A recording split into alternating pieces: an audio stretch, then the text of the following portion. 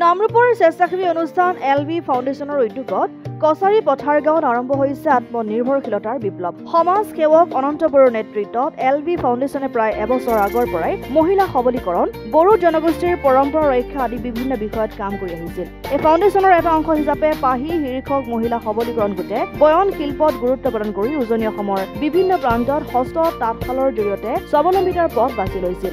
LV ফাউণ্ডেশ্যনে এই প্ৰয়াসক অধিক মজবুত কৰি নামৰূপৰ কছাৰী পথাৰ গাঁৱত বয়নশিল্পৰ এটা বৃহৎ ভৱন নিৰ্মাণ কৰে। এই ভৱনত উন্নত মানৰ তাঁতশালৰ যোগান ধৰি অইল ইণ্ডিয়াৰ তত্বাৱধানত নামৰূপৰ নিকটৱৰ্তী 11খন গাঁৱৰ মহিলাক বয়নশিল্পৰ প্ৰশিক্ষণৰ ব্যৱস্থা কৰে। প্ৰশিক্ষণৰ আৰম্ভণি অনুষ্ঠানত শিৱসাগৰ জিলাৰ প্ৰাক্তন উপায়ুক্ত লক্ষীনন্দন গগৈ, নামৰূপ মহাবিদ্যালয়ৰ অধ্যক্ষ ডক্টৰ দুৰ্গা প্ৰসাদ গগৈ প্ৰমুখ্যে কেইবাজনো বিশিষ্ট ব্যক্তি উপস্থিত থাকে।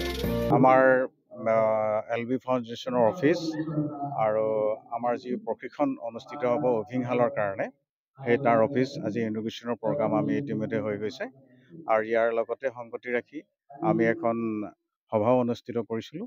ইয়াত আমি আমাৰ শিৱসাগৰ জিলাৰ প্ৰাক্তন উপায়ুক্ত লক্ষীনন্দন গগৈকো নিমন্ত্ৰণ জনাইছিলোঁ আৰু নামৰূপ কলেজৰ আমাৰ অধ্যক্ষ দুৰ্গা প্ৰসাদ গগৈ ডাঙৰীয়াও আমাৰ ইয়াত উপস্থিত আছে আৰু লগতে ইয়াৰ আমাৰ ওচৰে পাঁজৰে থকা 11খন গাঁৱৰ মহিলা শিপিনীসকলো আমাৰ মাজত উপস্থিত আছে আৰু এই শিপিনীসকলক লৈ কালিলৈ অৰ্থাৎ 23 তাৰিখৰ পৰা আমাৰ ইয়াত প্ৰশিক্ষণ অনুষ্ঠিত হ'ব আৰু এই প্ৰশিক্ষণটি আমাৰ অইল ইণ্ডিয়া CSR আণ্ডাৰত তেখেতসকলে অনুষ্ঠিত কৰিছে আৰু আমি আশা কৰিছোঁ ইয়াৰ ট্ৰেইনিঙৰ পৰা আমাৰ যিসকল মহিলা আছে তেখেতসকলৰ সবলীকৰণৰ কাৰণে যথেষ্ট সুবিধা হ'ব আৰু তেখেতসকলে এই ট্ৰেইনিঙৰ পৰা যথেষ্ট উপকৃত হ'ব।